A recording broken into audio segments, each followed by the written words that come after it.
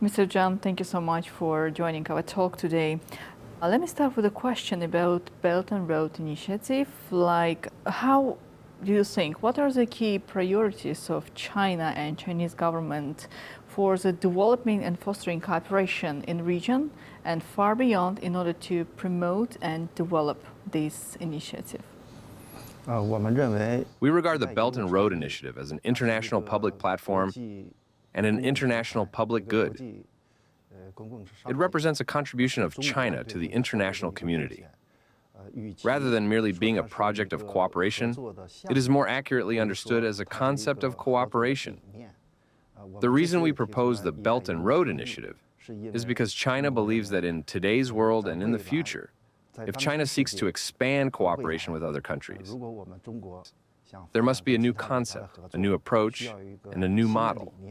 Therefore, we introduce the Belt and Road.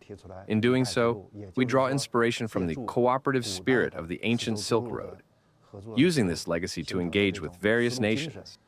Thus, the Belt and Road embodies the Silk Road spirit in the form of a cooperative initiative.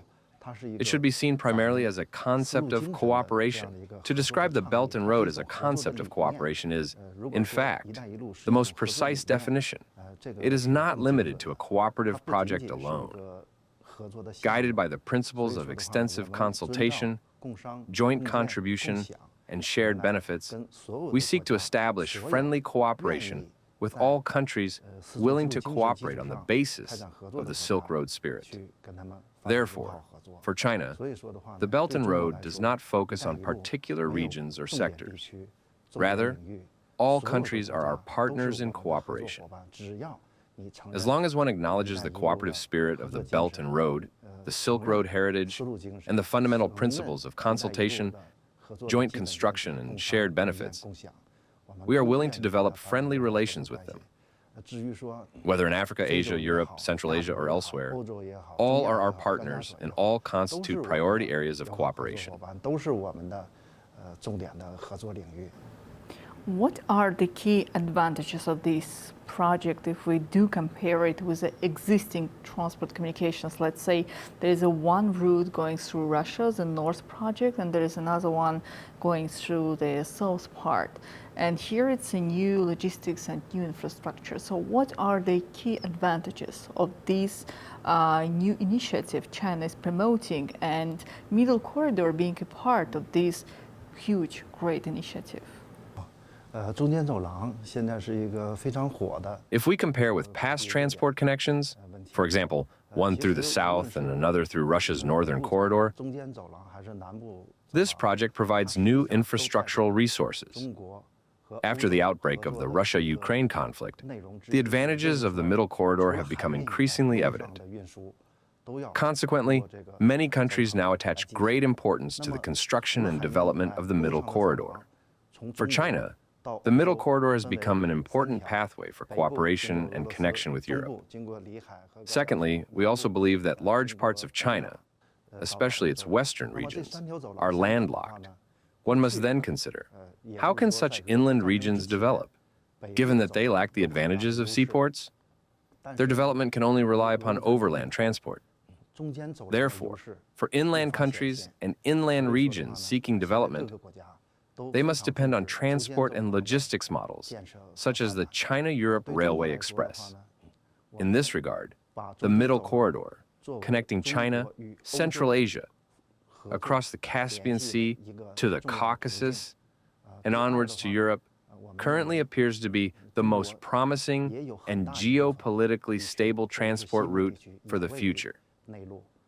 This is because the regions along this route are politically stable, economically dynamic, and socially harmonious. Thus, the corridor ensures a stable and harmonious environment. Unlike the southern routes, which are frequently subjected to sanctions, or the northern routes, which face conflicts, the Middle Corridor provides a stable atmosphere for cooperation. We consider it a highly promising mode of transit transport. China attaches significant importance to the development and cooperation of the Middle Corridor. We believe that China places great emphasis on the development and cooperation of the Middle Corridor. The middle corridor will pass through the South Caucasus, and Azerbaijan is a key player in this new infrastructural development. Previously, due to the conflict, there were some limitations for the researchers and for the transport communications to be developed in between of the regional member countries. But now, when the conflict is over, when two sides are ready to sign the peace agreement, hopefully in near future, how do you think it will also benefit the future transport communication development linkage in between of China and Europe? We regard the middle corridor as the most convenient, stable, and promising overland logistics and transit route.